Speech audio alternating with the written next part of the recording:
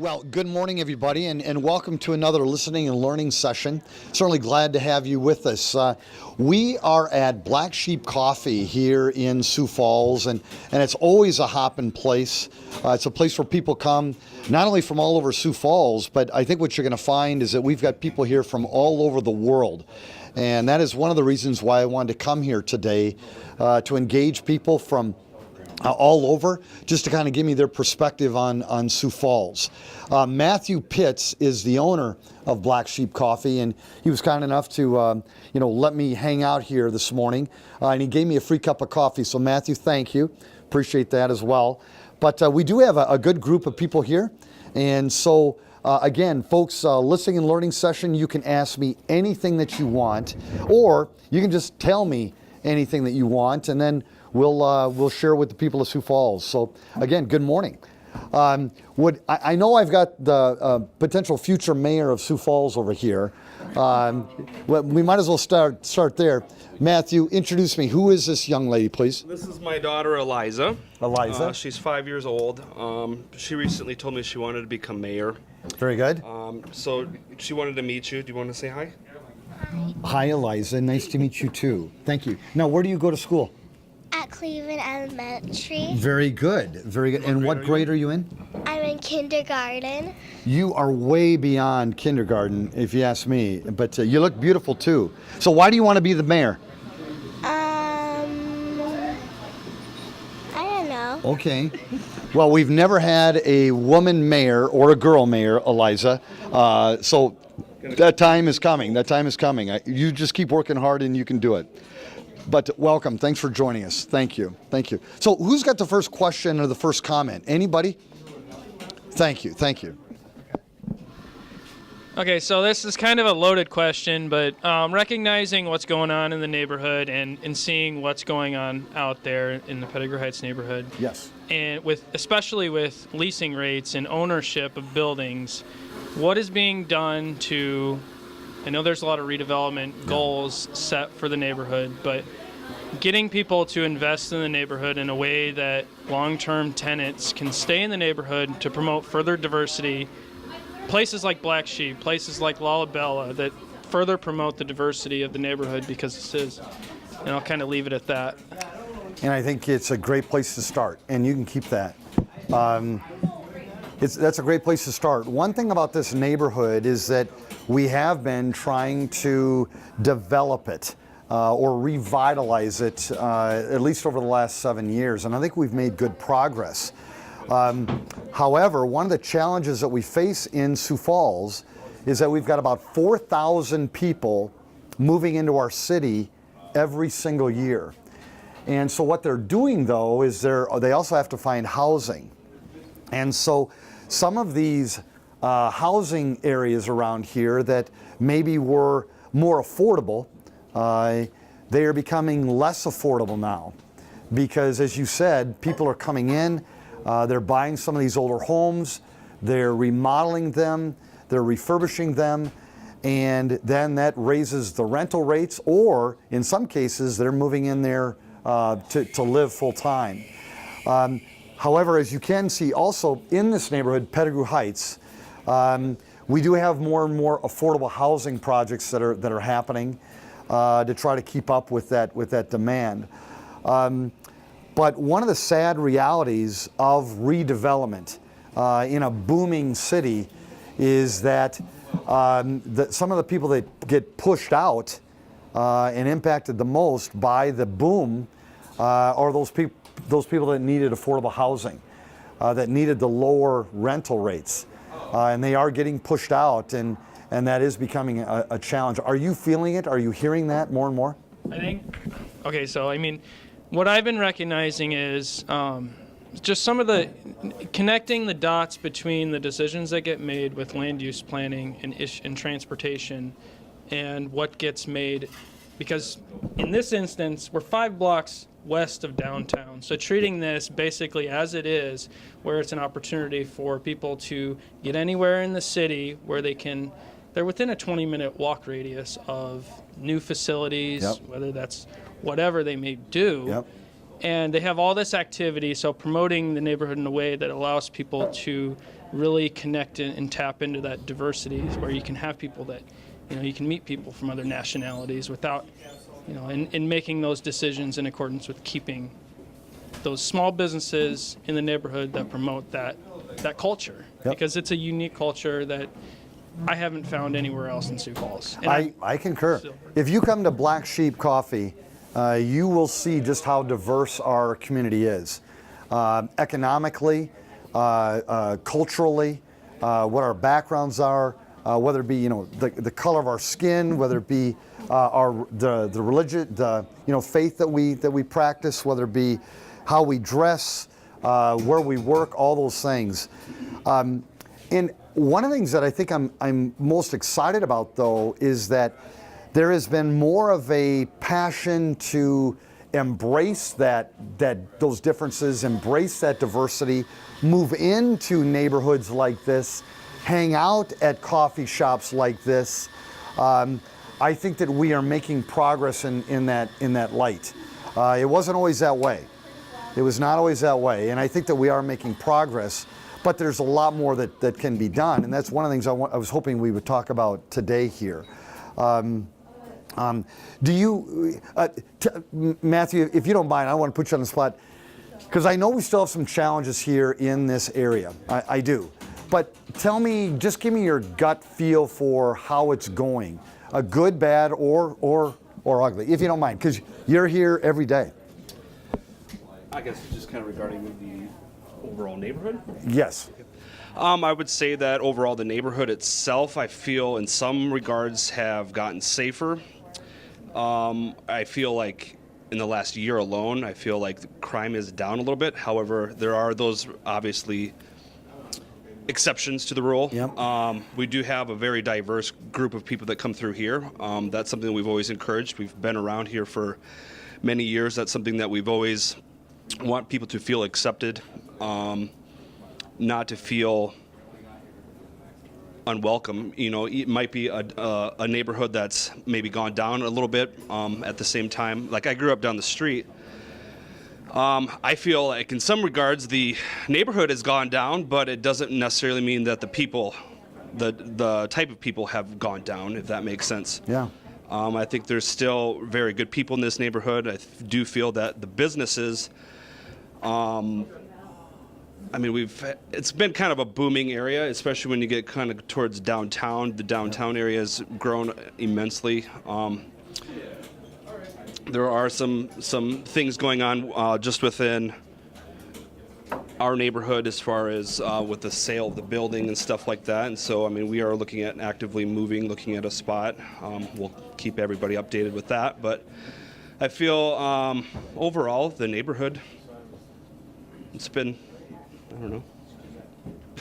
With one thing, maybe to kind of give people of Sioux Falls a flavor for, we are in the Pettigrew area, and so we've got Sanford Health just a stone's throw away to the south. Or we've got downtown a stone's throw away to the east. We've got our brand new $117 million event center a stone's throw to the north, and then to the west, we really do have a hopping commercial area. So we are in the heart of a lot of stuff. And Matthew, to your point, it is all developing. It is. The Sanford Health, of course, as you know, they are buying up properties and they are coming this way. Matthew, you're right. Downtown has never been more probably successful as it is right now, and those developers are coming this way. We talk about the sports entertainment section by the event center. That's coming this way, and then there's no doubt that these commercial areas are going to keep growing. And to his point, there is a strong interest in terms of buying up this land and redeveloping it. But whenever you do that, you do displace people that are living there, maybe even for a cheaper price, working there, whether it be a business owner like Matthew at the Black Sheep Coffee, and then you try to figure out, okay, what's going to happen to that neighborhood? What ultimately is going to be the look, the feel, the flavor of it, and they're feeling it right here. They are, and whether that's good or bad, I guess we'll determine it. But Matthew? Of course, part of me is I've worked here for many years. I'm sad to see this get kind of taken over. At the same time, we're definitely thrilled at looking at the future of where it could lead. A new location brings new ideas, new concepts, new flavor to our company. We're looking at expanding greatly here in the next few months. Hopefully by spring we'll have our new location and everything.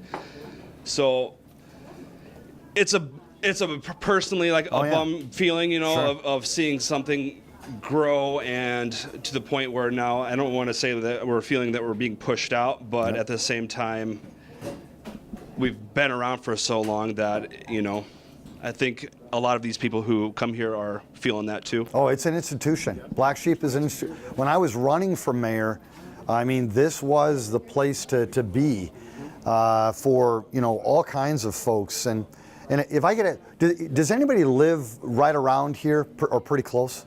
Would you tell us your name, please, if you don't mind?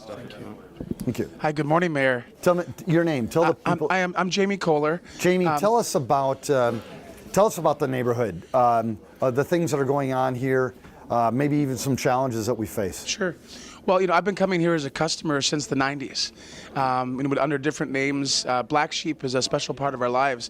This is probably the only place in town where you have college students, you have college dropouts, you have folks from Africa, from Central America, from Asia, you have Christian, Muslim, Jewish. Everyone is represented. This coffee house, I think, really represents Sioux Falls as a community. It's who we are. We come, we laugh, we talk. Political discourse is almost gone in America. This last election campaign nearly broke us apart as a country. It's still very divisive amongst families. At the Thanksgiving and Christmas were kind of awkward this year, right? But the truth is, not here. Here you have artists, you have writers, you have educators, you have people representing civil rights, representing human rights at a coffee house. Because in Middle Eastern culture, that's what it was about. It was about politics, not politics, excuse me, but it was about community. It was about family. It's about faith. It's about education. The coffee house or the shisha house where you smoke shisha and you have a coffee is where people come together and they talk openly about issues. What happened down the street scared a lot of people. But that's not Sioux Falls. That has to do with drugs, with crime. Why don't you explain what you're talking about in terms of what happened down the street? The shooting. Let's talk about was it Mercado? In front of Mercado? Yes. There was a shooting at Mercado that I think kind of rocked this neighborhood to the core, because there will always be theft. There will always be issues with drugs. There will always be issues with alcohol, as long as we're not addressing the issues socially. Most Christians, most Muslims, anybody of faith, our Buddhist friends, they believe in prayer and action. And I think that's one of the things that you've shown as a leader, and that the leaders of this community, whether it's somebody from the GLBT community, whether it's somebody from mental health, social services, people at this spot, you know what we do?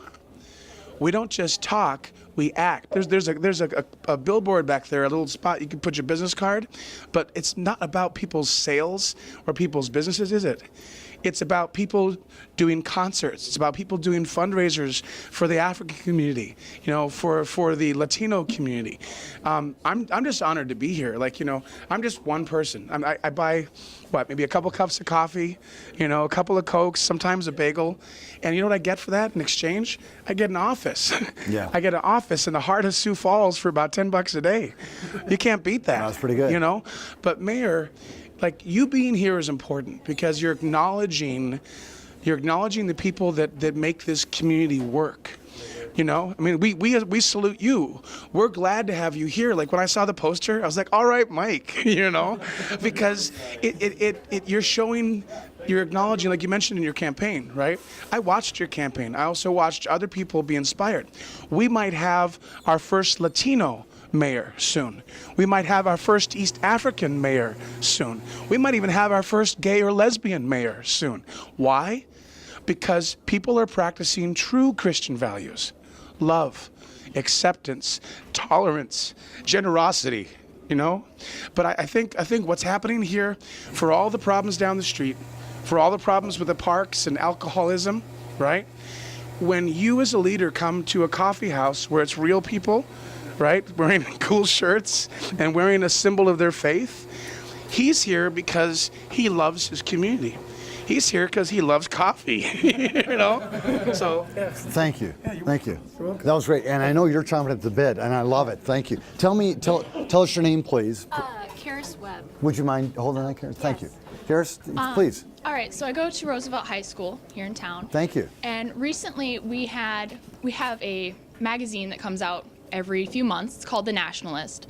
And recently in it, they had an article about the uptick of crime in Sioux Falls. And I'm wondering if that's true, because they had statistics, and the one problem is, if it's true, all we hear in The Nationalist is about the crime. Yes. And so it's kind of fear-mongering within the schools. I was sitting there in my class and we were reading it, and a lot of the girls were worried about the huge amounts of rape that it was reporting, our problem with human trafficking that we've had in the past. And so if that is true and we have these extreme problems with crime, what can we do about it? What can we do in the high schools? Well, and your first name again, please? Karis. Karis. Karis, first of all, let me say, you're living in one of the safest cities in all of America, bar none. And the statistics prove that out. At the same time, I think that you are living in an environment where any crime is reported and it's on your iPhone in seconds. And so you're exposed to whether it be a robbery in a car or someone busting into a car, to, yes, a rape or a burglary or whatever. You're exposed to that, boom, immediately. So there is that impression that, oh my gosh, you know, crime is rampant. And it is not. In fact, when it comes to things like the violent crimes that you were talking about, those are actually on the downturn. However, about 3 weeks ago, I talked about one of the biggest things that is impacting crime in your city, whether it be at Roosevelt, whether it be at Washington, over by Lincoln, wherever. One of the biggest things that's impacting crime right now in Sioux Falls is meth. Yep. It's meth. It's the real deal. And folks, if you don't know about meth, it is a drug that if you even try it, boom, you're hooked on it. And what's happening is that these people are getting hooked, and then they are doing what starts off as really dumb stuff. You know, they'll steal from their families, then they steal from their friends, then they go bust into cars, and then they start knocking off liquor stores, and then they do really, really bad stuff. Meth, opioids, heroin, those are the things that we are challenged with, not only in Sioux Falls, but all across South Dakota. And whether it be a small town in Tripp, South Dakota, Eureka, South Dakota, Millbank, those same issues are happening there that are happening here. But let me go back to,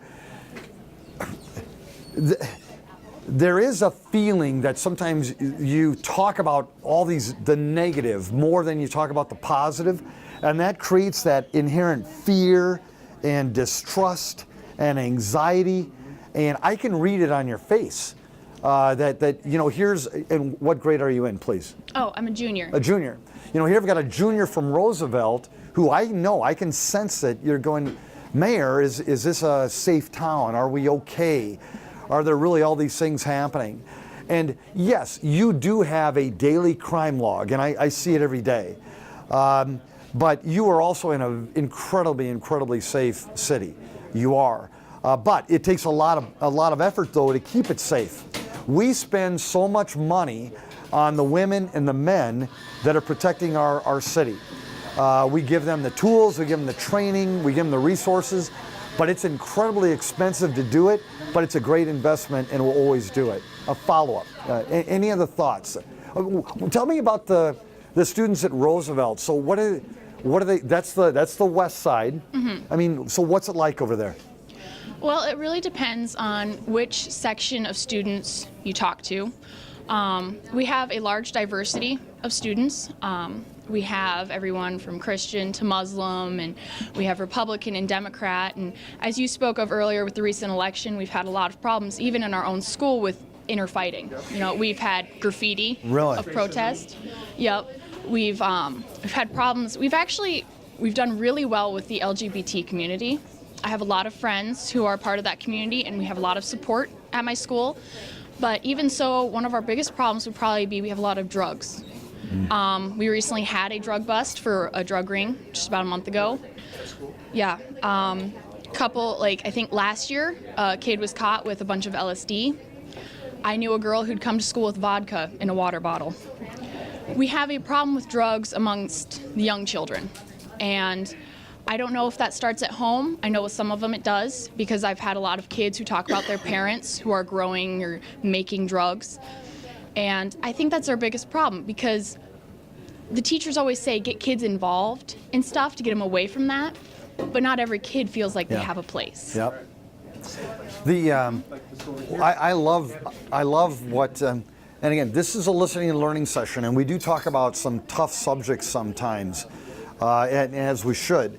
I mean, here we've got some challenges at Roosevelt High School, and it's not just Roosevelt; it's every school.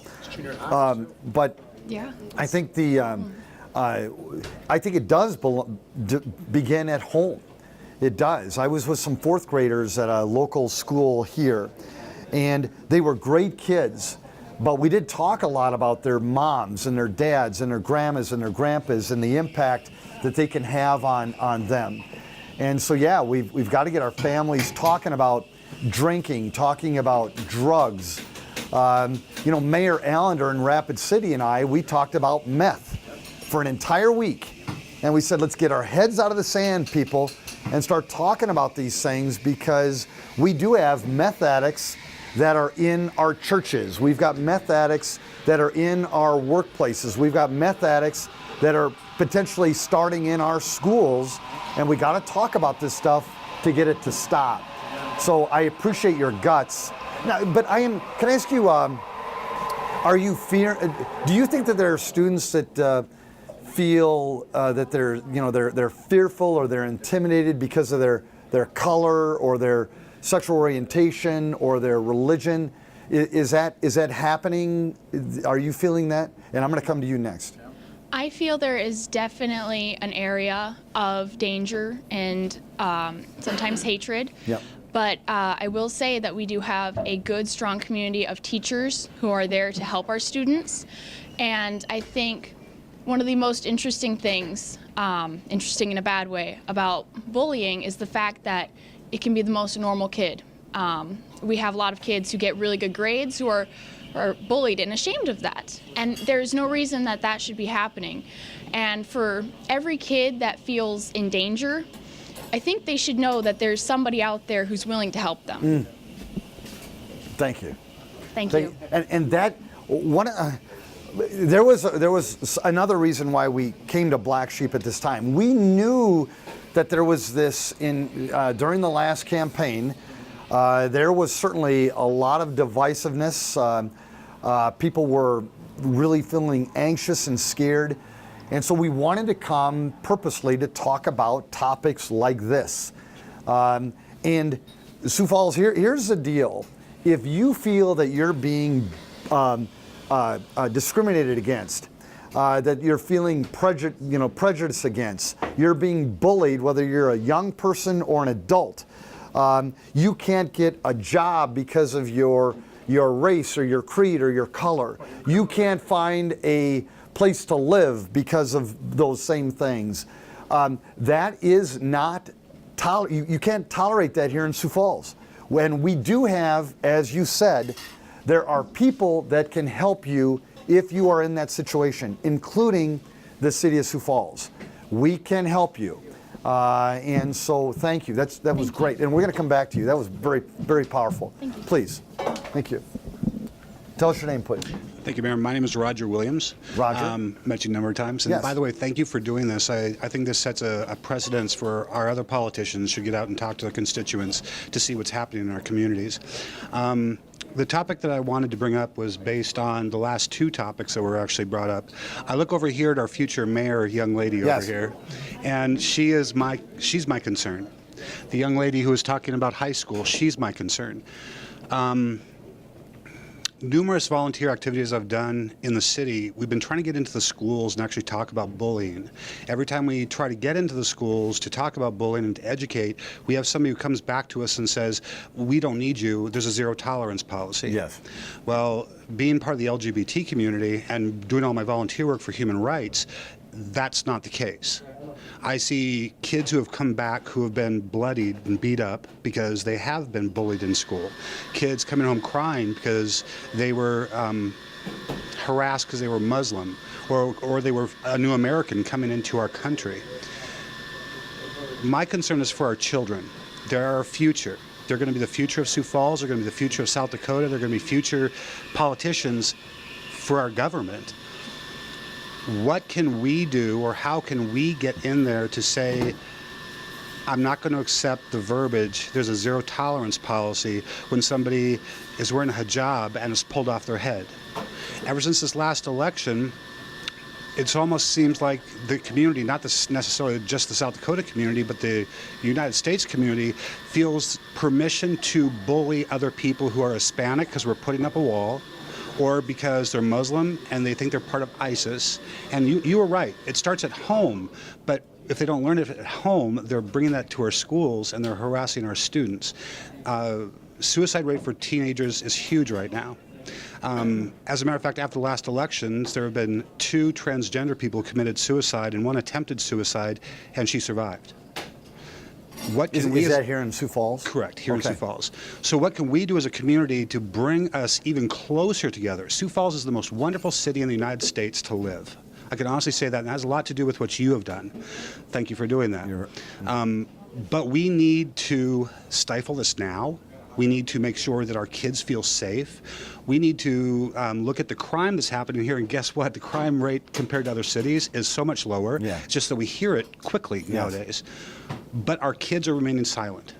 They don't want to come home to mom and dad and say, I was bullied or I was kicked, because then I'm a tattletale and I'm ratting somebody out. Our kids are dying. We need to do something about that. What would you recommend? Well, and this is no kidding. There is a zero tolerance policy within the school system. However, of course, you've got some students who are fearful of, letting somebody know. They feel that they're alone. They feel that there'll be retribution if they do tell somebody. But we've got to give people the confidence, including our students, including people of the LGBT community, or the Muslim community, or this person or that person. We got to give them the confidence that if they do let somebody know that they're being discriminated against or bullied, that someone's going to be there to help them. And that's part of this deal. That's what you're helping. You're helping. Sure. I'm trying to help. All of you are helping. There is zero tolerance. If it's involving the school system, okay, they really do have zero tolerance. They do. At Roosevelt, at Washington, at some elementary school, they do, and they will address it. Dr. Brian Maher, I'm a huge fan of his. He has no toleration for that stuff, but they have to know about it. They do, and they will address it. And if you don't think that they are, then you need to go to the school board, speak your mind, or go to the principal of that school, speak your mind, go to Brian Maher, speak your mind, but you just can't accept it, okay? But I think that you'll find that there are people that once they know of an issue, they'll investigate it, they'll study it, and then they'll try to make things better. And I love our Sioux Falls public schools, I love our Sioux Falls private schools. They will go after it, because we are a community that really is becoming more and more diverse in all kinds of different ways. We are. So we have to learn how to do that more and more as well. And again, we're growing in this effort. We are. I think as people know, boy, 20 years ago, 30 years ago, we were all, German Russians or Norwegians, and it's no longer that way anymore in Sioux Falls or in South Dakota. We've got 130 different languages spoken in our Sioux Falls public schools right now. 316. Or what? 316. Roger, is that right? Yes. Okay, yep. 316 languages spoken in the Sioux Falls Minnehaha County. Minnehaha County. All right, well, it does give us some challenges. It does. And I'll be honest with you, I was even concerned about the listening and learning session today. Would we be able to understand some of the dialect as people were speaking? Mm-hmm. And I hope that some of the folks that maybe do have a different dialect, I hope that you're willing to still communicate today on the program. Sure. We'll figure it out. We'll get through it together. Okay? Okay, but good job. And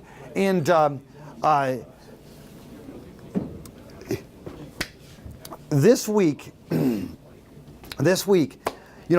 had 7 emergencies since I've been your mayor. 7. I've only been your mayor for 6.5 years, and we've had 7 emergencies. This was the first emergency, where I had someone pass away on my watch, okay? And the funeral for Ethan was yesterday, and I was there, and it was incredible. It was an incredible celebration of Ethan's life. At the same time, if there is someone who is committing suicide because they believe that they're being bullied or discriminated against or hurt, that is also on my watch. And that also, but I'm the mayor, and so I want to not only talk about this, but I want to find ways to address it. And so if there are folks out there that are even, considering suicide, we need to get them to understand the helpline center. 211. 211. Just dial it, and there's folks here who can help you, hopefully through that. There are other support groups, whether it be friends, whether it be churches, whether it be nonprofits, whether it be high school counselors, whatever it would be. We can help you if you're feeling alone, if you're feeling really hurt. But we obviously have more work to do. Well, there's a concern that I have in reference to our youth, and that's the reason is they feel that their voice isn't being heard. They're feeling that they're being stifled. When you talk about the political environment of a high school or a junior high school, it ends up being the strong survive. And the ones who don't have a voice or don't speak up, they're the ones who are being harassed. The worst part is even with your amazing leadership and our politicians that we have in this city, they can set a no tolerance policy going forth. However, and I've heard this from numerous children, sometimes your policies are not a belief of a certain teacher. Yeah. So therefore, that teacher will take 2 steps back. I know an LGBT individual. He was 15 years old. He was actually kicked out of his home in Sioux Falls. Bless his heart, he finished his high school education on his own. He did get a GED. He actually indicated that he was being beaten in school, and there was a teacher standing right there laughing because he was gay. And you can't necessarily say as a leader that you can do anything about that because it's not that school. It's not those amazing teachers that we have in Sioux Falls. It's that one individual, but now that child's life has been changed forever because they felt there was no one they could count on. Well, though, as a city, it is also our responsibility to address things that are happening. Colleen Moran, for example, and we've got resources that can investigate discrimination, can investigate, assaults or whatever it would be. If they're not being addressed internally at that school, at that company, at that whatever it would be, the city then can step in and help in that effort. Sure. And if you don't mind, so again, we're having a really a tough conversation today, but it's so necessary. If you believe that you are alone in terms of dealing with some of these things, you're not. You're not. And I need to make that very, very clear. If you want to, just call the mayor's office, call the police, call other entities of leadership that can help you in this effort, and we'll be there for you. Okay, we will. But it's not a perfect science, and even when we have zero tolerance policies in our schools, it sounds like we still have some challenges. So thank you. Are there any statistics that we actually have out there through our police department or through our government that might talk about the number of quote-unquote hate crimes that happen in Sioux Falls? Sure. Well, we follow. I'm going to take that back. Or thank you. We follow all kinds of crimes, and whether it be a hate crime or whatever, we take them very, very seriously. I don't have any statistics, but we have a no tolerance. We talked about graffiti, okay? Just Sioux Falls, just to give you a little flavor about graffiti. If we get any word of graffiti, okay, we immediately want that off. We do. So if you ever see graffiti anywhere, whether it be on a building, whether it be on a culvert, whether it be anywhere in town, you let the police department know, we will be there immediately. We want that gone. We want the graffiti people to know, guess what, this isn't your art form. You cannot do it. We're on it. But we also know that there was an example of some really, really hateful and hurtful graffiti that just happened the other day. And so we're aware of it. We got to get it off. We've got to try to find out who's doing it as best we can. You're welcome, Roger. No, thank you. OJ, you're here. Welcome. Welcome. Good day. OJ is one of the gentlemen who wanted to set this up. Good to see you, my friend. Good to see you. Thank you. Thank you. So any quick thoughts? What's going on in the neighborhood? We're supposed to have a lot of people here. I don't know, because maybe the snow is coming and nobody want to come out. There's a lot. What are you talking about? Nobody. We got good people here, OJ. Come on. So tell me, OJ, what's the one of the topics that OJ wanted to talk about, and one of the reasons that we're here, is that there was this feeling among some that the police of Sioux Falls, would they be able to support every community in our town?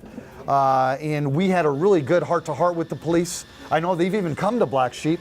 Yes. So tell me the goods or the bads. How is it going with the police, OJ? Yes. And let's go. I'm going to get you this way.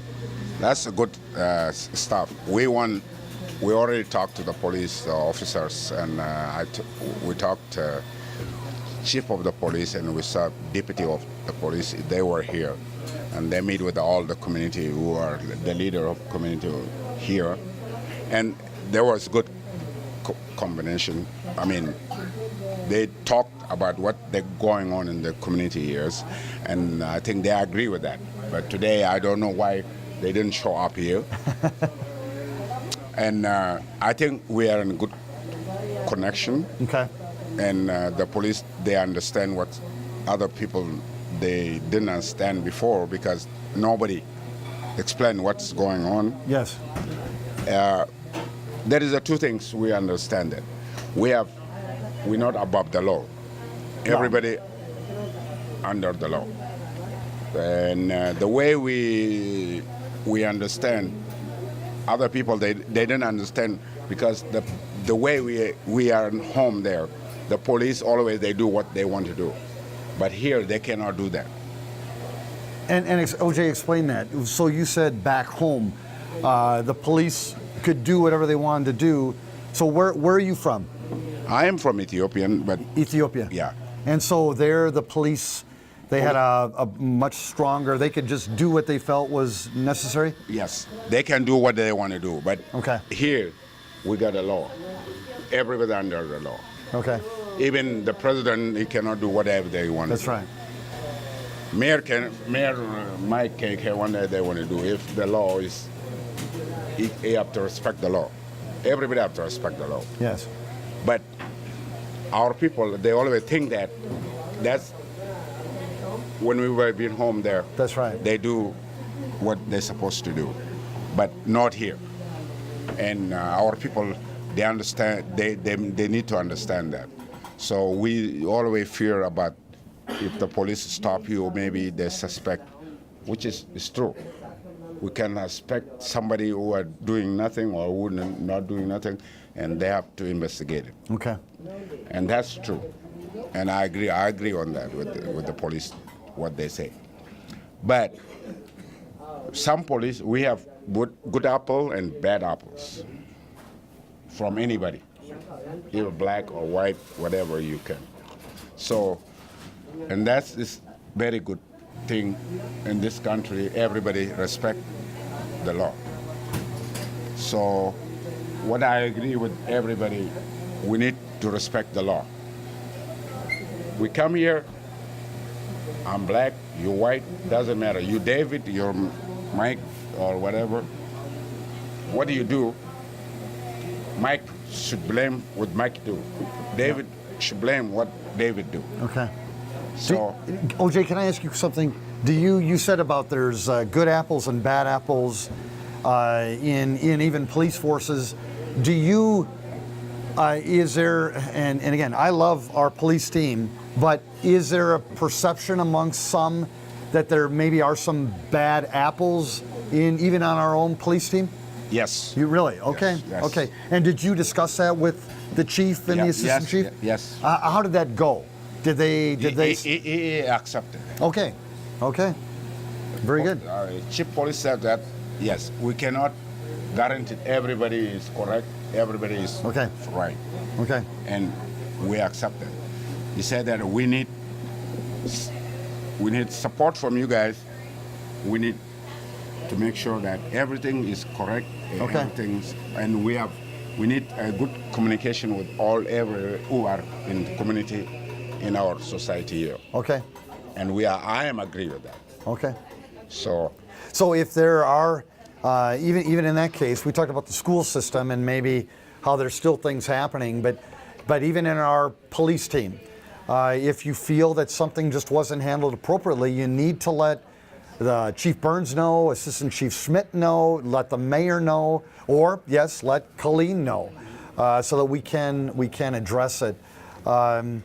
Because again, you're always going to have work to do. You've always got to do something to make things better. But thank you. And yes, OJ, I do wish that more folks would have come from the African community. Mike is there. Yeah, Michael, good to see you. Long time no see. You're growing up.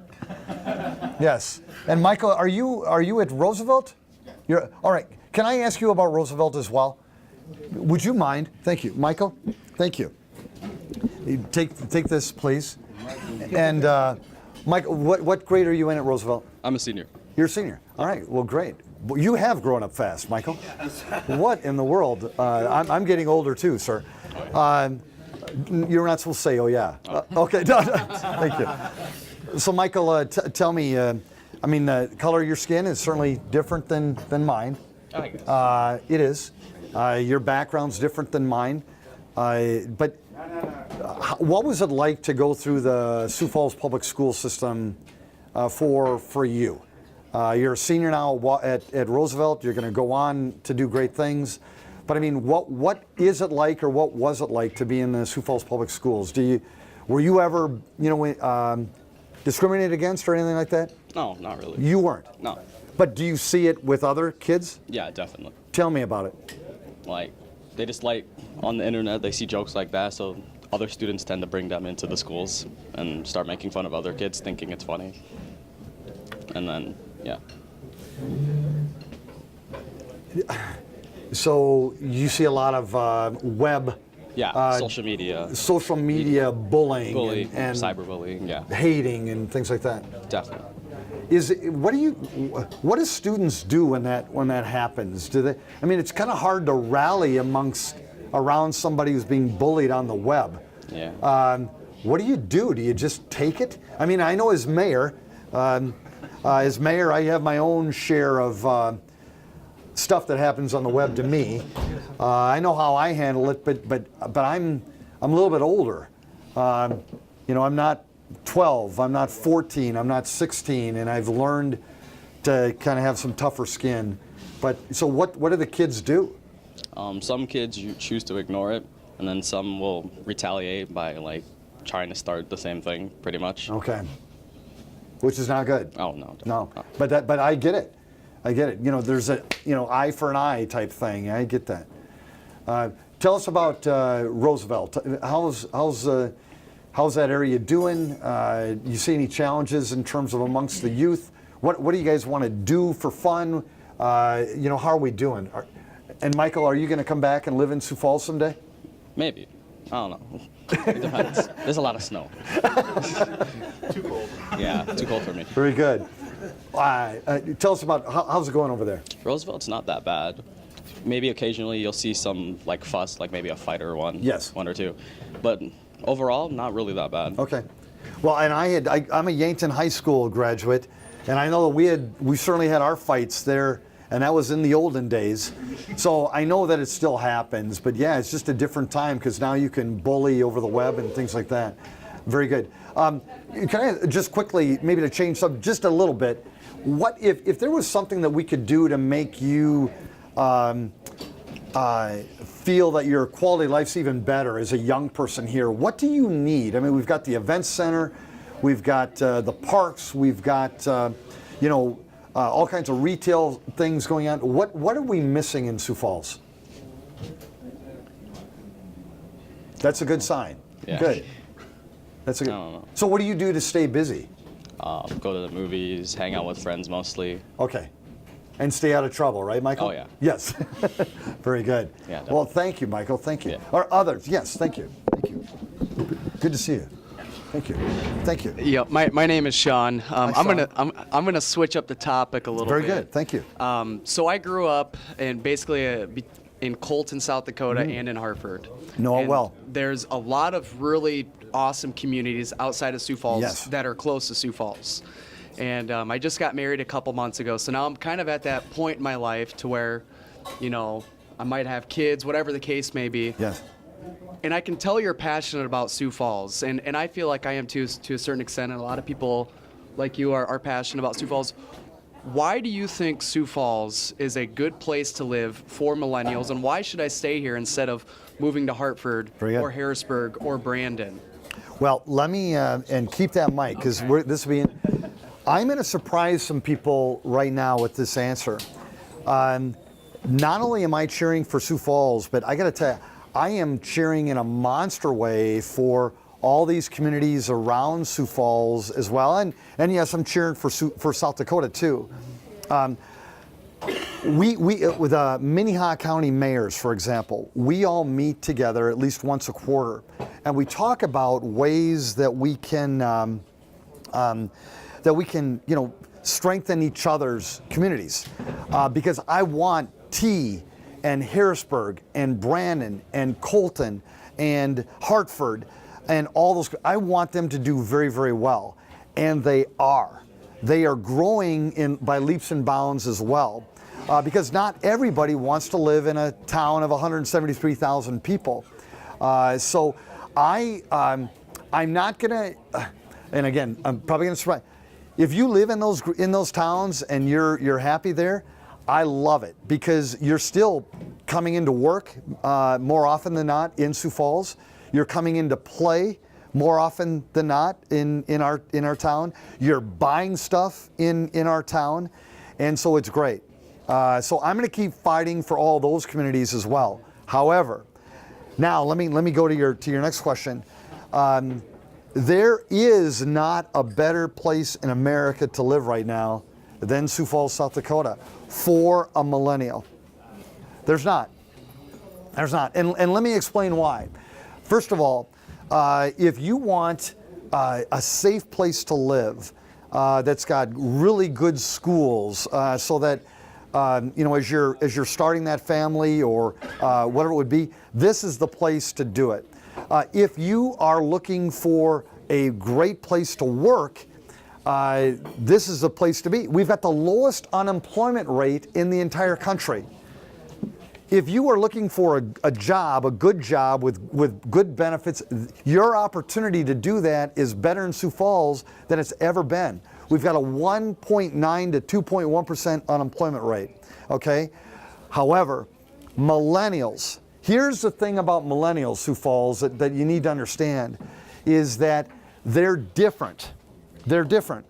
When I graduated from South Dakota State University a ways back, what I did is I went and I found a job, and then I moved to that town. Millennials are different. This generation is different. Here's what they do, and I love it. What they do is they choose or they pick where they want to live, and then they go find a job. So it's so important for Sioux Falls to create a great place to live for millennials. Because if you do that, then they'll move there and then they'll work there. And that's why we've been spending so much time and effort over the last 7 years to really improve our quality of life. Making some tough investments, whether it be the event center, whether it be the indoor swimming pool, because it does snow here, whether it be the downtown, which is just flourishing, whether it be just making sure that we're safe, making sure that we've got job opportunity. So that has been our goal, is to really create a great place to live. And then if we do that, then people will move here, or Michael will stay here, or better yet, when you graduate from whatever college you guys are going to, if you do go to college, when you graduate, we want you to come back to Sioux Falls, or to Hartford, or to T, or to Colton, or to Brandon, or to Harrisburg. I don't care, but at a minimum, I want you to come back to South Dakota, back to this area, because we need you. And it'll pay off. Cindy and I, and Kylie, we left. We went 5 years to New York, 5 years to Texas. We went to Europe. We came back, and it was the best decision we could have ever made. So you can stay where you're at, and we'll be blessed by it. But if you come to Sioux Falls, we'll make it worth your while too. We will. So thank you. Any other comments? No. Tell me about your shirt. My shirt. I mean, you're confident enough to wear a shirt like that. Yeah.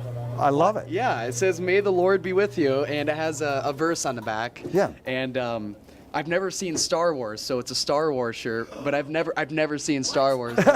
Yeah, I mean that's a great thing about Sioux Falls is, other places where people might be scared to express their faith. I've never felt scared, and someone from a different faith, I hope that they've never felt scared about it either. So, if you don't mind, yeah. Sioux Falls, I hope you caught that. Yeah. Because that is part of the diversity that we're talking about. Is that I am of the Christian faith. I go to Holy Spirit Catholic Church, and I love it. Mm-hmm. However, you have to understand we have also religious diversity in our town and in our state and in our country as well. And you just mentioned that you hope that we can have some religious diversity as well. Yeah, absolutely. When I was going to school at the University Center, which I don't think gets enough praise in the community, the University Center, yeah. Some of my best friends were of the Muslim faith, and I think one of them even comes here. I haven't seen him yet. His name's Omar, but I haven't seen him yet. But yeah. 2 years ago, we opened a Buddhist temple here in town. What would you just quickly? Sure. Thank you. 2 years ago, I think it was 2 years ago or 3 years ago, we actually opened the first Buddhist temple here in Sioux Falls. So we have numerous faiths. You're right. It's part of the diversity that we have in our community. Well, and I'll let you know that there is a rabbi, Rabbi Mendel, who is going to be moving from New York into Sioux Falls. Him and his family just made national news. And the rabbi came and talked to me, and I said, we need you here. We need you not only in Sioux Falls, we need you in South Dakota, we need you in this area, because there are people of the Jewish faith that are looking to grow that community as well. So yes, we are embracing diversity, and thank you for sharing. I got one more short question. No, you can ask me. Go ahead. What's next for Mayor Mike Huether after his term's up? Well, that one's too hot. That one's too hot. Here's and I'm asked that question all the time, and and probably the people of Sioux Falls probably get tired of it as well. But sincerely, I've still got a year and a half to serve all of you. I do, and I'm really enjoying it, and I need to stay focused on that. You know, it was a week ago that we had a major tragedy in our town, and someone passed away. Ethan passed away here in Sioux Falls. I'm your mayor. I need to stay focused on the topics, on the issues, on the opportunities of Sioux Falls. And that's where I'm at. I had one of the busiest weeks of my entire mayoral career this week. I am exhausted, but that's what I signed up to do. And it wasn't supposed to be like this. It wasn't supposed to be, all right, Mayor, you know, you work hard until, you know, year 5, and then you start to take a break and then, you know, coast. I am not going to coast as your mayor. I'm going to run, I'm going to sprint all 8 years, and then Cindy and I will figure out what we do next. Okay, but right now I just want to be a dang good mayor for you, and that's where I better keep focused, and that's what I'm going to do. But that's a very fair question. And I'm asking, thank you. No, you don't have to do that. Don't have to do that. So, all right, I'm gonna go over, thank you. Joe, OJ, I'll be back. Sorry, buddy, go ahead. Good morning, Mayor. Morning, good to be welcome with to the hood. As you know, you're in Pettigrew Heights neighborhood. Yes. And, you know, it's a neighborhood we celebrate. We Yes. have diversity, and it's a gateway to downtown. So there's a lot of changes going on here. So I'm glad you decided to come and be in our midst. Just one quick question. Well, first of all, I had a couple things. I was walking down here, getting here, and I thought, I remember there was a campaign slogan a while ago, a few decades ago, I like Ike. And I thought, well, all Mike had to do was add an M in the front, and he would be able to capitalize Very kind. on that. Thank you. Then I thought, well, maybe he is a Eisenhower Republican. I wasn't sure, which is different than a current day Republican. But regarding our neighborhood, Yes. you know, it's in the paper today. It's we've had a cap on payday loans. They're 39%. Mr. Brennan, who has invested in our neighborhood, Yes. you can see across the street the Rock and Roll Academy and the Dollar Loan Center. Those institutions are going to be closed, and Mr. Brennan is hightailing it out of South Dakota.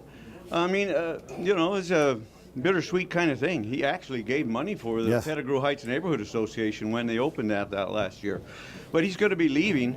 Do you have any thoughts on what might be put in that crucial development center for our neighborhood? You can keep that, because what an interesting timing to have the listening and learning session at Black Sheep in Pettigrew. The timing couldn't have been probably more perfect. And there was certainly no setup. We had no idea what was going to happen, but as you're right, here we are in an evolving situation in Pettigrew Heights with even right across the street. I mean, it is a stone's throw away. It's right there. You've got the Rock and Roll Academy that right now we found out today or yesterday that it's no longer going to be operating. So the question is, where do we go from here? You know, what happens with these storefronts that are going to be closed? What happens with these nonprofits that are going to be closed? That's especially important in an environment like Pettigrew, where these investments, they really do make a difference. Here's the reality, folks, and here's the reality. It is not a city or a public decision. It's not. It is a private decision. The gentleman who owns those properties, he'll have to decide what he wants to do with those properties. Now, my gut says that any private entity, they don't want to let a building just go to waste, or go unoccupied, or program. They don't want that to happen. So my gut, and I don't know, but my instinct says, because I'm a business person, will be that they'll take that building, which is beautiful, by the way, and they will repurpose it as quickly as they possibly can. Now, if there's anybody in the city who wants to keep that program going, I think that's up to you. You're going to have to decide, is there enough excitement or energy or, yes, money to keep that program going. So I don't know. But you missed the earlier part of the program, and it's great to have you here. And by the way, this is a gentleman who is helping to lead the effort to really communicate what's going on in Pettigrew with the people of City Hall as well, and making a difference. But what we talked about was that this whole area is just growing around us, and it's coming in.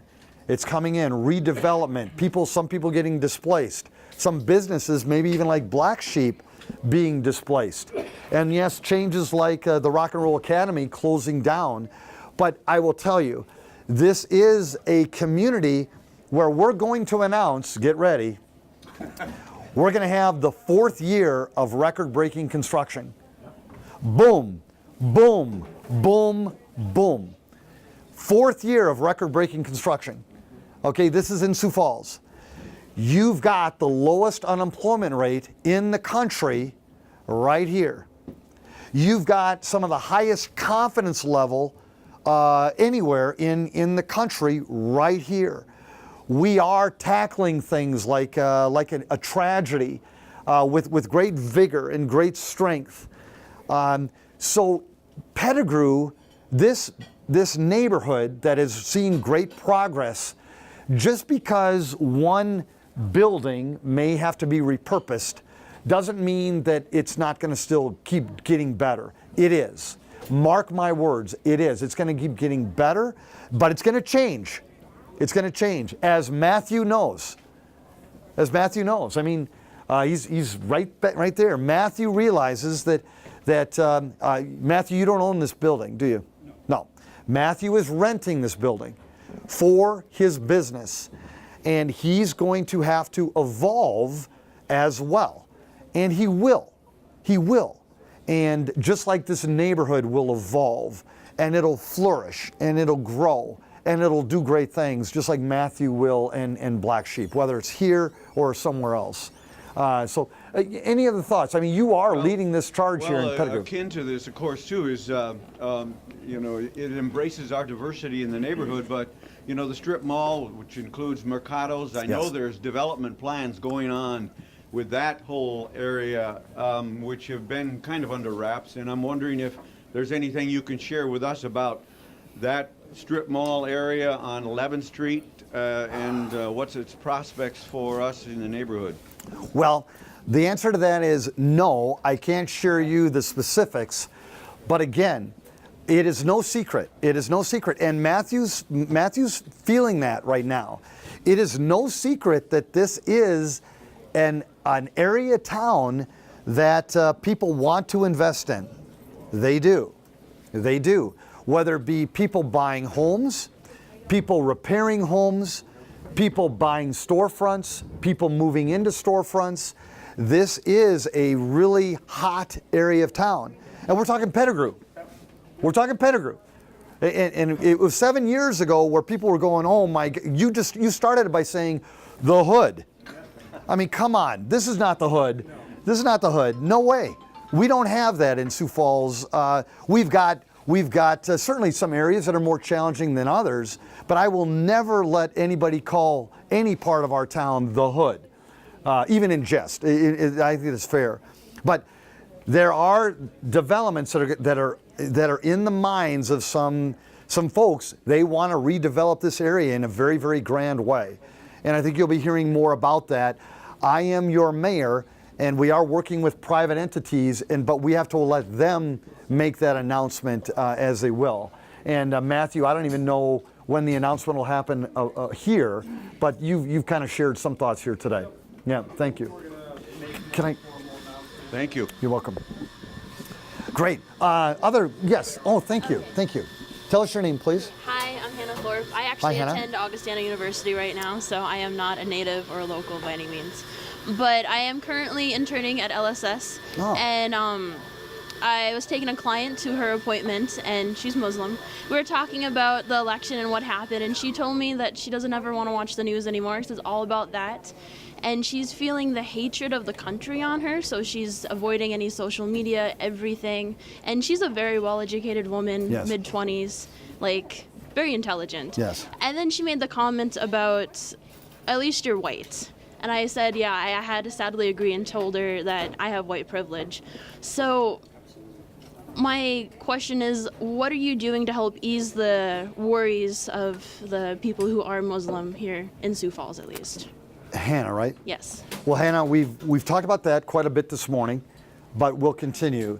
Again, I would encourage that person to realize that this is it's a great country, and we do evolve, and we handle these challenging situations, these challenging times that happen, and we still make great things happen in business or in life or in education, whatever it would be. Someday, is it a she? Yes. Someday she will go back and watch TV and keep up. I took a break from TV too. I did, but I'm watching TV. You know, you watch, you read the paper, you're engaged. If she wants to make a difference, you can't just go and put your head in the sand and just hide and say, I'm not going to be part of it. You know, you just can't. As hard as this stuff is, if you walk away from it or if you stay away from it, that's the worst thing that you can do. What you need to do is you need to kind of almost suck it up and get back into the fight to make sure that good things are happening in your country, okay? Because it's our country, it's our state, it's our city, and we have these rights that all of us enjoy. Again, regardless of our race, creed, color, sexual orientation, our religion, whatever it would be. And so I would encourage her to get back into the mix and make the most of the days that she's been given. Now, it's going to be hard. Mm-hmm. It is. Yeah, I am white. You are not white. You're not. You're not. But it doesn't mean that she doesn't have as much opportunity as I had. Again, I grew up very poor. There were times where I was worried about what am I gonna ever be able to do because my folks were divorced. My dad drank too much. We lived in the poor side of town. I had no money, bad buck teeth, a helmet head for a haircut. I was worried. But again, I was with fourth graders just the other day in one of the most diverse schools in our city. Okay, and I told them, just like I'm going to tell all of you, it's your life. They're your dreams. You're going to have to work for it. You're going to have to study for it. You're going to have to pray for it in your own way. But it's your life. Go make the most of it. Go make the most of it. And that's what I would tell her to do the same thing too. Yeah, life is hard at times. It is. And there's things people are going to do hurtful things. They're going to say hurtful things. You're going to see bad things happening. But you still got to go out there and suck it up and go and make good things happen. So keep going. Thoughts? And where are you from? Where are you from? Clear Lake, Iowa. Iowa. Okay, so it's great. Only about 3 hours yes, away. yeah. But do you have any programs or workshops in general to help educate the public on like the Muslim faith at all, to help relieve that fear of the community? I don't know if there's any fear. I go to Augustana, so it's very liberal and it's very open, so I don't get the actual community feel all that often. Okay. But I'm just curious if there's anything available for people to go and learn. Sure. The question was, are there programs within the city that would help teach people about religious diversity and maybe make people feel more engaged? And there's not. Not that I'm aware of. Well, we certainly have diversity councils. We have diversity groups.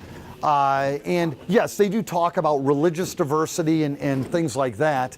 And if you're interested, we've got these committees as well where you can play an active role.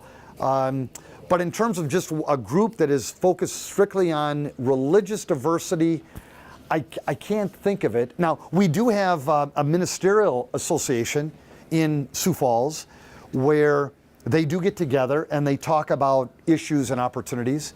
You know, it's kind of interesting.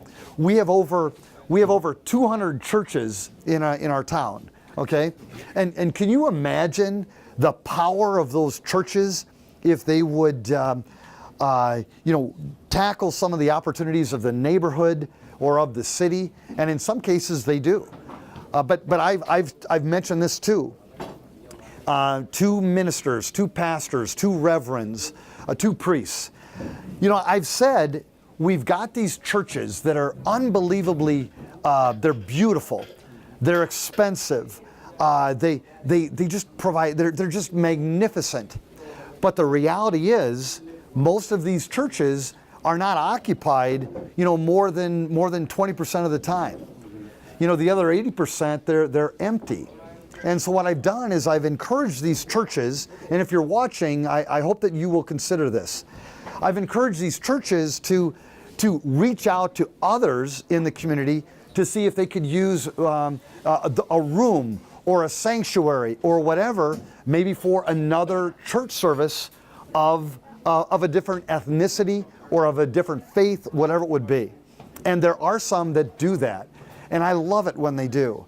I love it when they do. So again, Sioux Falls, there's all these opportunities to make the most of that church or of the day that you're given or whatever it would be, but we need you to go out there and embrace diversity. And if you wouldn't mind, it's been a while, could you just let's do a camera shot real quick. This is Sioux Falls, this is your town right now. It's getting more diverse. Just we'll get a little pan shot here. I was going to ask you to do that. Yeah, I mean, we started the program with about 10 people in here. Now we've got about 50 in here, and your city is more diverse in all kinds of different ways, and that's a good thing. That's a good thing. We are embracing diversity, and we are learning how to become a stronger community because of it. So thank you, and thanks for coming to Augie. Mm-hmm. And now the deal is, when you graduate, you have to stay living here and work here. Well, you find me a job first, and I'll do that. Oh no! Our goal, because you're a millennial, mm-hmm. Our goal was to create a community that you would want to live in, and then you're going to find a job after you graduate. And we've got 3,000 job openings right now. Yeah, but they're not what I'm looking for. Oh, come I've on. been looking, trust me. Well, I have my eyes open on a few companies, well, but hang until in there. something opens. Hang in there. We'll find that there's a great job here in Sioux Falls for you. If not, I'll contact you personally. All right, there you go. All right, very good, very good. Did you have a question? Yes, thank you. Your name, please.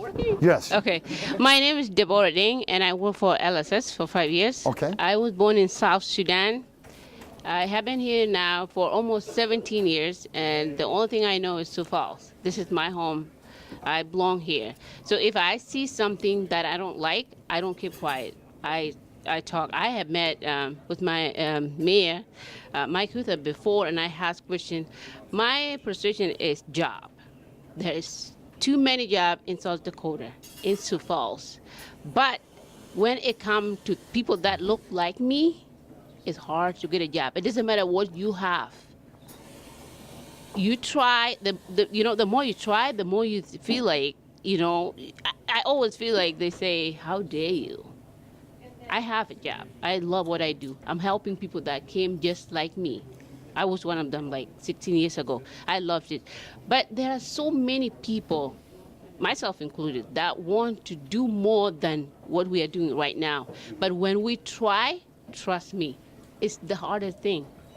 And why?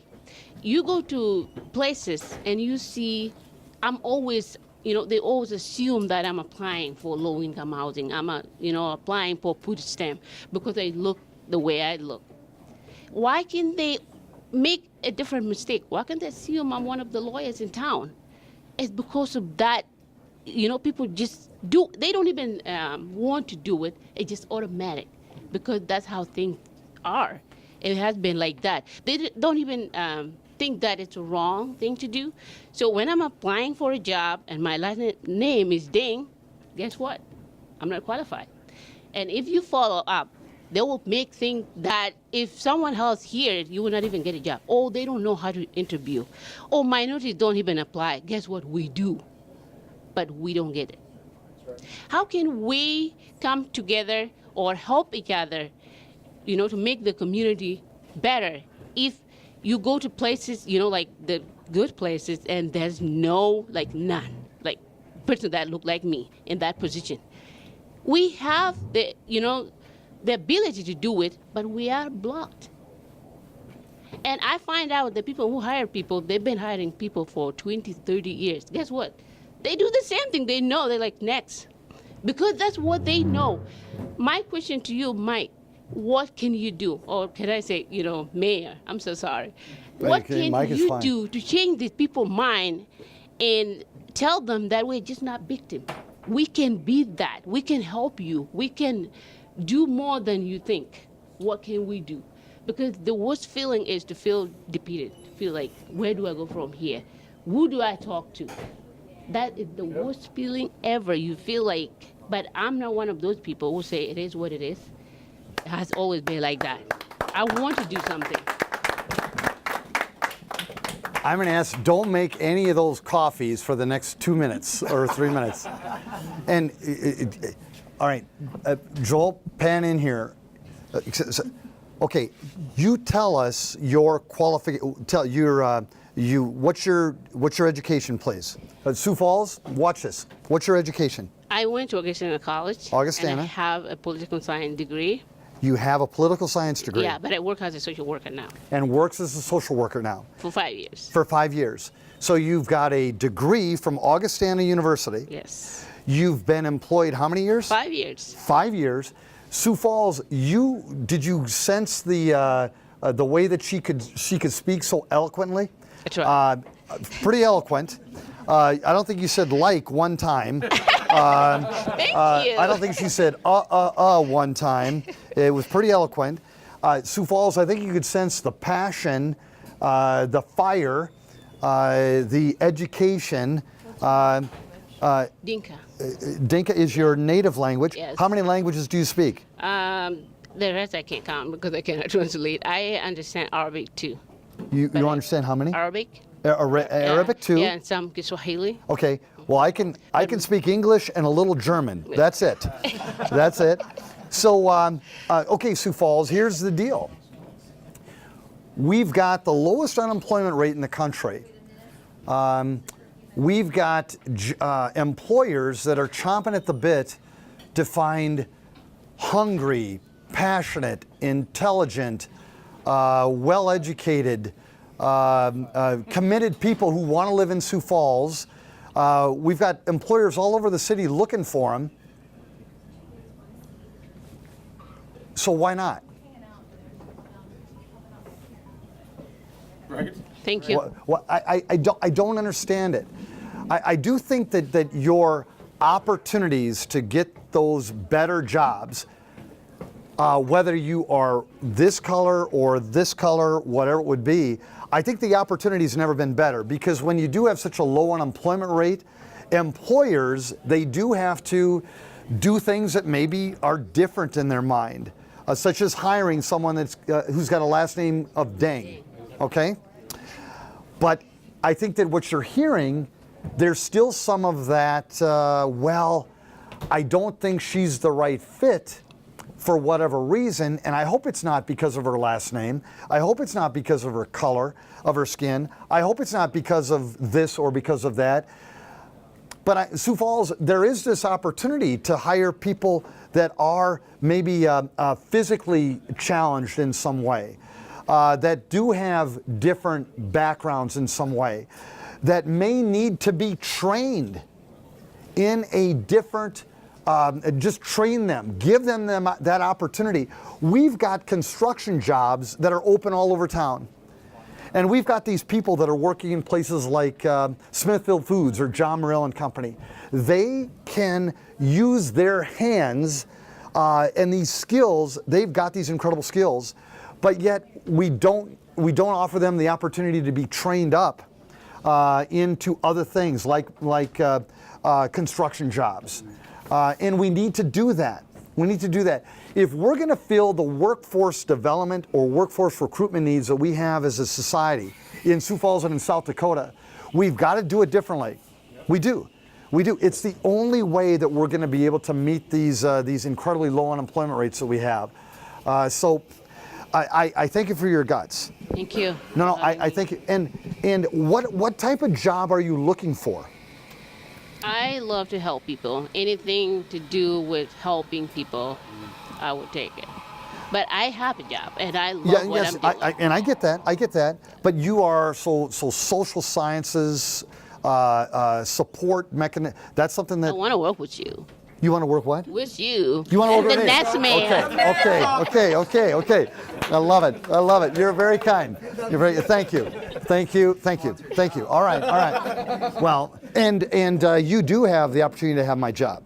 Are you a U.S. citizen? Oh yeah. Okay. That's another thing. For you. That's another thing. You are a U.S. citizen. Yes. Okay. Well, that you can have my job. Okay. Yeah, you can. Now you're gonna have to work for it. You're gonna have to go out there and engage the people in a grand way, and you're gonna have to gain their confidence.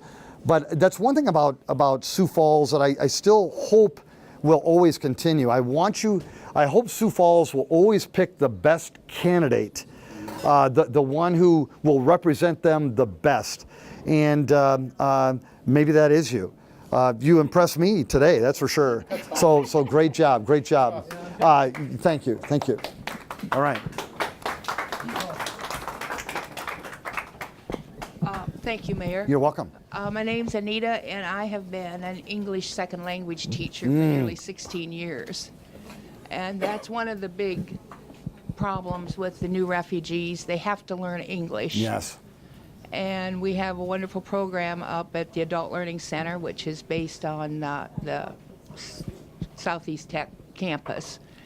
And there's night classes, day classes. So I know it's a struggle, and I've been teaching refugees for so long, and I've never heard one refugee say, this country is just terrible, I don't like Sioux Falls. They love the city, and they have said people are so nice to them.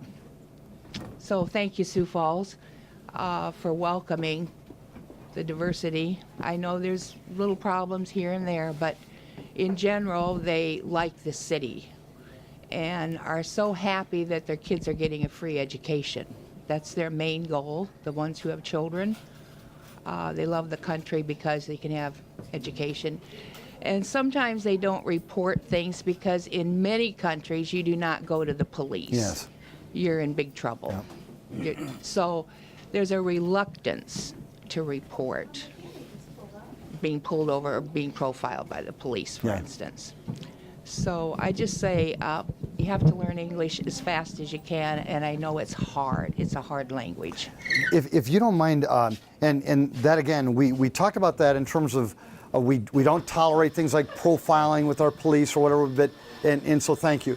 But could you help educate the people of Sioux Falls about these families that don't have English as their primary language, and maybe some of the challenges that there is? Because you've got mom and dad who may not speak English, grandma and grandpa who may not speak English, but yet you've got these students that are hungry to learn English and the challenges that you face. Well, the school-age children are picking up English really fast. Okay. That's not the problem. It's their adults, the parents, who need to go to English class. LSS has them, and we have the Adult Learning Center. For instance, Walmart desperately needs people to put bicycles and barbecues together. Okay. But the employee has to be able to read the manual. Okay. Even though she said we have really good supervisors in the back room who are willing to help as much as they can, but you need to read a little, pretty good. Yep. so you can read the instructions and put these bikes together. So there's one job in Sioux Falls. They're looking for help. But again, we have a lot of jobs in Sioux Falls, but they pay minimum wage. Yes. People cannot survive on a minimum wage. Yep. Yep. One, to be fair, and I think that was good. To be fair to the employers too, there are employers who want to hire people, but you do have to have at least some sense of some education, some training in most cases, and not every employer has the ability to train them. So that's that struggle, and so I think we also have to be fair to the business community as well.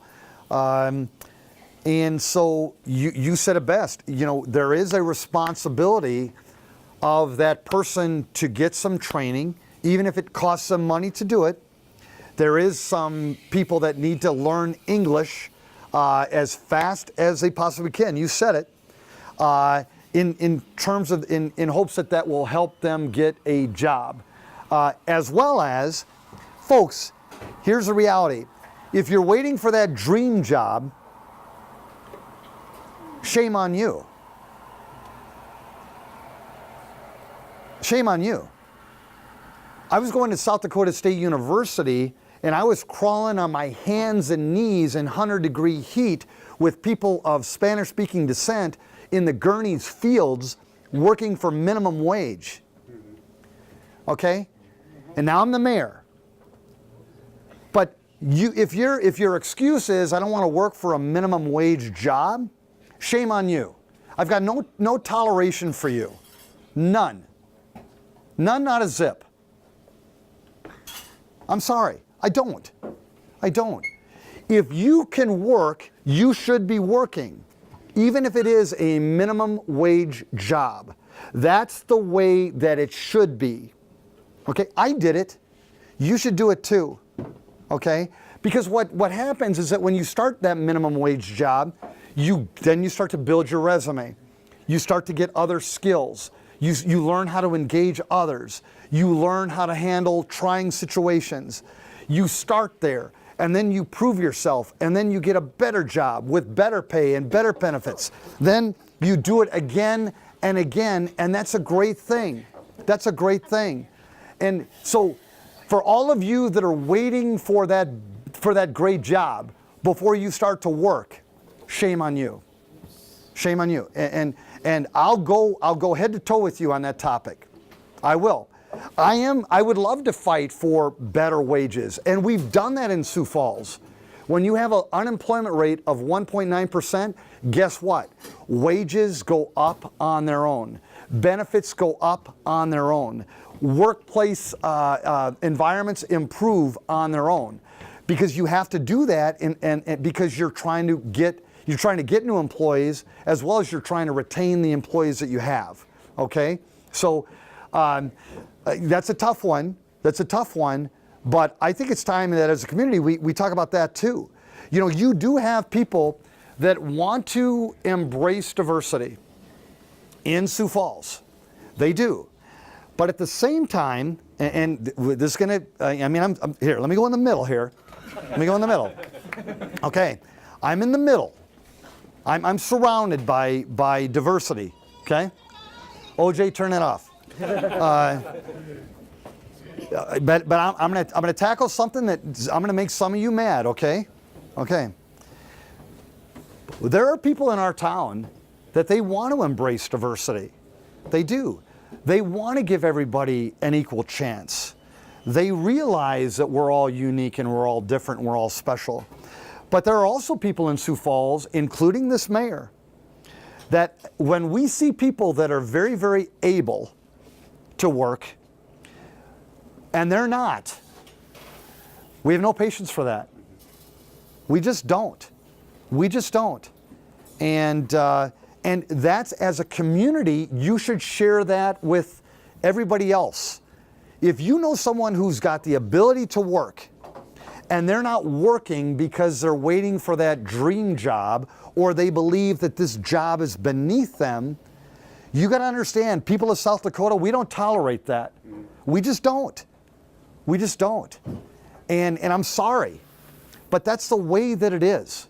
It's the way that it is, because like your mayor, who was crawling around in 100-degree heat, or who was washing dishes, or who was delivering newspapers, or who was removing sod off of old, whatever it would be, you have to start somewhere. And so there are these minimum wage jobs that are out there, and not everybody may get hired, but that's a great place to start, okay? And I'm sorry, you may not have wanted to hear that, but it is reality, okay? If there's folks that are just collecting a check from the government, okay, and they have the ability to work, you found the wrong fighter for you. That's not me, okay? And I'll just be very brutally honest with you. I will, and I'm in the middle of you right now, okay? And so I know I just made some of you really, really mad. And you know what? I don't care. I don't care, because you have to deal with that part of South Dakota reality too, that part of America too. And so I'm sorry, but I think that that's good. I love the passion. I love all this dialogue that we've had here today. But at the same time, you know, we have to grow as a community and challenge each other as well. I want to thank you for this. This is the longest listening and learning session we've ever had in my 7 years as your mayor. Normally we would have cut it off a while ago, but my goodness gracious, Sioux Falls, the conversation was incredibly special, and it was important. And I think that we had to listen to it, we had to hear it, we had to deal with some of it. But it was important. So we took some extra time here today.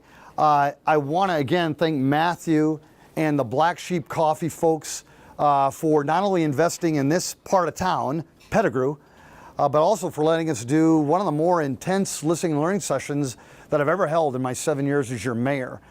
And I really appreciate it. And I want to thank all of you for coming here today.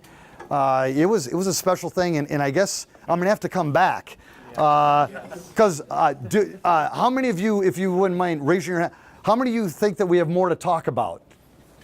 That's what I thought. That's what I thought. So I'll come back at some point in time, and we don't even have to do it as a listening and learning session. We'll just talk, okay?